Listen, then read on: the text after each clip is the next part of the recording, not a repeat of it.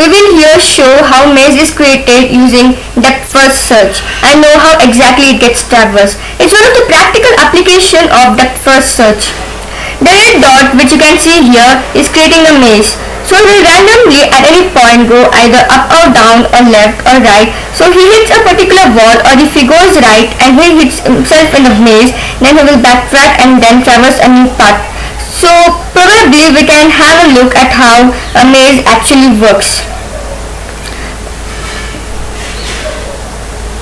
So you can see during traversal he gets stuck and returns back, and then now he has hit here and come back. So now we can see he's trapped. So he will get hit and come back and start with the next process. So he will backtrack and move in a new path. This way he will create new paths in the maze. So this process continues and the maze gets created.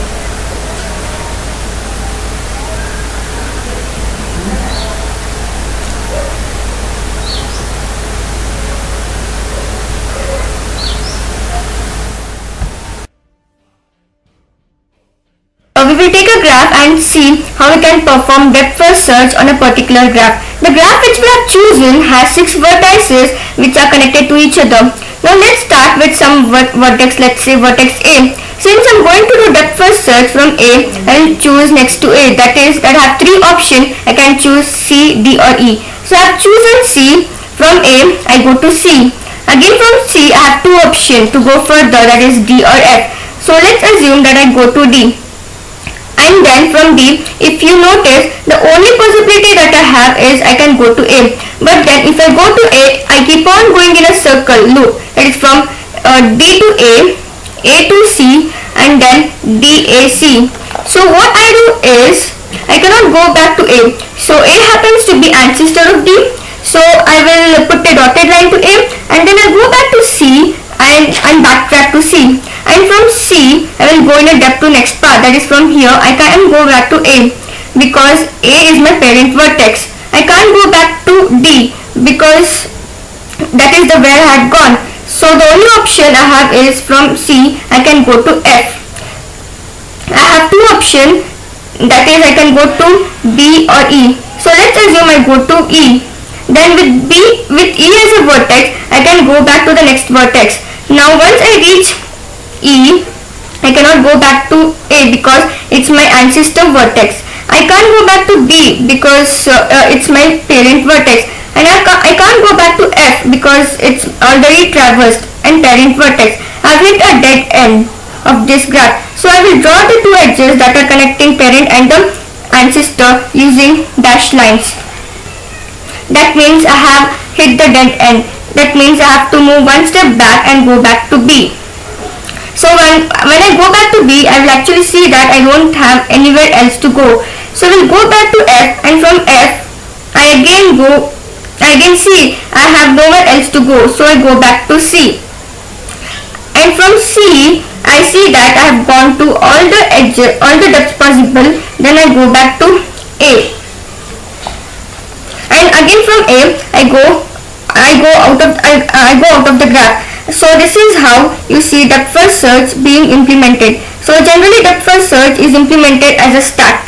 So we'll show an example here. In a stack, I will put the element A, then I will stack up C, then from C I will stack up to D.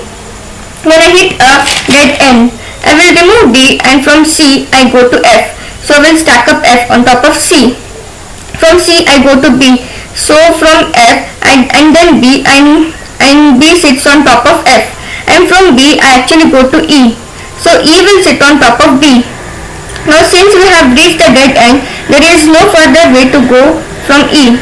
E gets dropped, and I again come back to B, and then when I reach B, I actually check if I can go to any other place so that I can stack it up.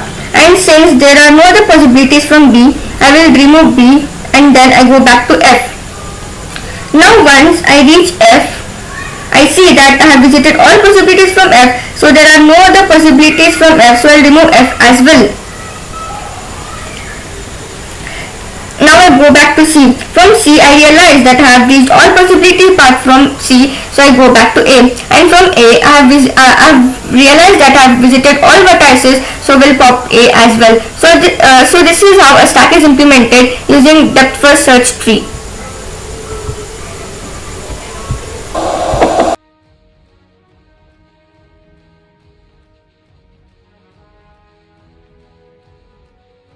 So this is the algorithm of depth first search. The main algorithm of this is the depth first search function, which creates a depth first search tree. And this particular for loop here traverses the vertices in such a way that whichever vertex is marked as 0, it starts depth first search from that vertex. So for example, suppose we have a graph like this. You will see that there are two subgraphs which are disjoint. So I can show you multiple trees that can be created using this algorithm. So I have one graph with A, C, D, F, B, E, which are connected to each other, and then I have one more graph G, H, I and J, which forms another graph, and these two subgraphs are disjoint. So let's see how this particular algorithm works. When we have a disjointed graph, so what I do is, according to the algorithm, mark each vertex in this as 0. What I have done is I have marked all vertices as 0 and I set the count value as 0. For each vertex V in the vertex set V, what do we do if V is marked with 0? We start the DFS algorithm. So initially we will start with vertex A. We'll pass DFS and pass vertex A. So we'll get into the function. With A as my starting vertex, I will count the increment count to +1 and mark the vertex with the count. So count was 0 and count becomes 1. So we'll see that I have marked A with 1, and then for each W in V, that is each vertex that is present in vertex V, and it has to be adjacent to B. If W is marked as 0, so adjacent to A now, so it is adjacent to A now, C, D and E. So let's pick C. What do we have? Since C is marked as 0, this condition satisfies. I will call DFS on that vertex, that is I will call DFS of C, which effectively means I have added C next to A. So I will call DFS on C and then I will increment count, so that count becomes 2, and mark V with count. So you will see that C gets with the count of 2. Then what do I do for each vertex W in V, which is adjacent? Any vertex which is adjacent to C and that has been marked with 0, so who are adjacent to C which are marked with 0? They are actually D and F. So what I do is I choose one of them. So I choose D, and what do I do? Since it is marked as 0, I will call DFS on D.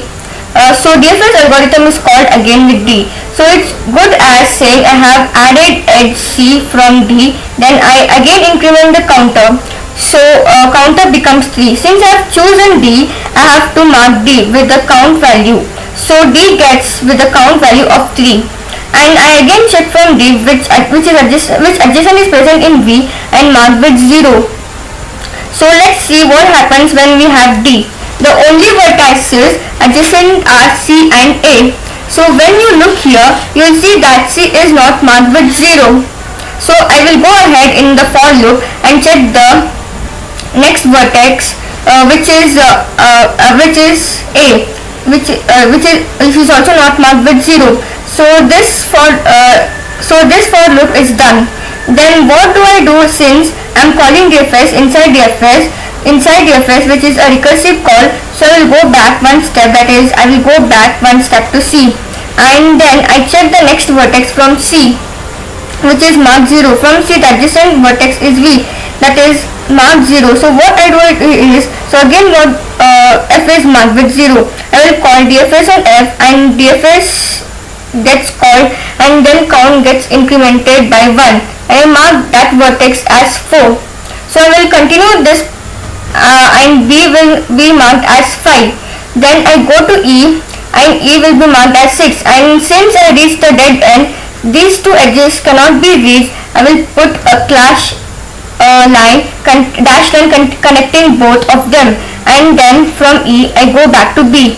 The DFS actually unrolls from the recursion and it goes back to F. The recursion again unrolls and it goes back to C, and then recursion unrolls A, again goes back to A. So when I go back to A, it's as good as saying I had entered DFS, and one round of DFS is done. And then I go back to this main particular algorithm, that is DFS of G. Once I go back to the DFS of G, I will actually go in this for loop and check if each vertex is marked as 0. I will see A is not marked as 0, neither C, nor D, nor F, nor B, nor E. The only vertex next that is marked with 0 is G. So what I do is I will call DFS of G. So G becomes the new starting vertex. So I call DFS of G and I will increment count and mark it as 7. So from G I search which are the next vertex, which is marked as 0. So from G I have two possibilities, H and J. So I will choose H and then I again call DFS.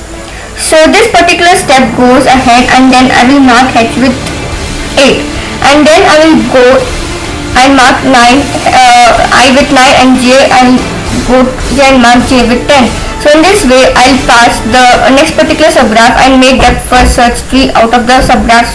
So from J I cannot go to G, so I put a dash line, and then from J I go to I and H and J, and then I come out and then reach back to this algorithm. And since none of the vertices are 0, I will come out of this algorithm. So I am done with the creation of depth first search.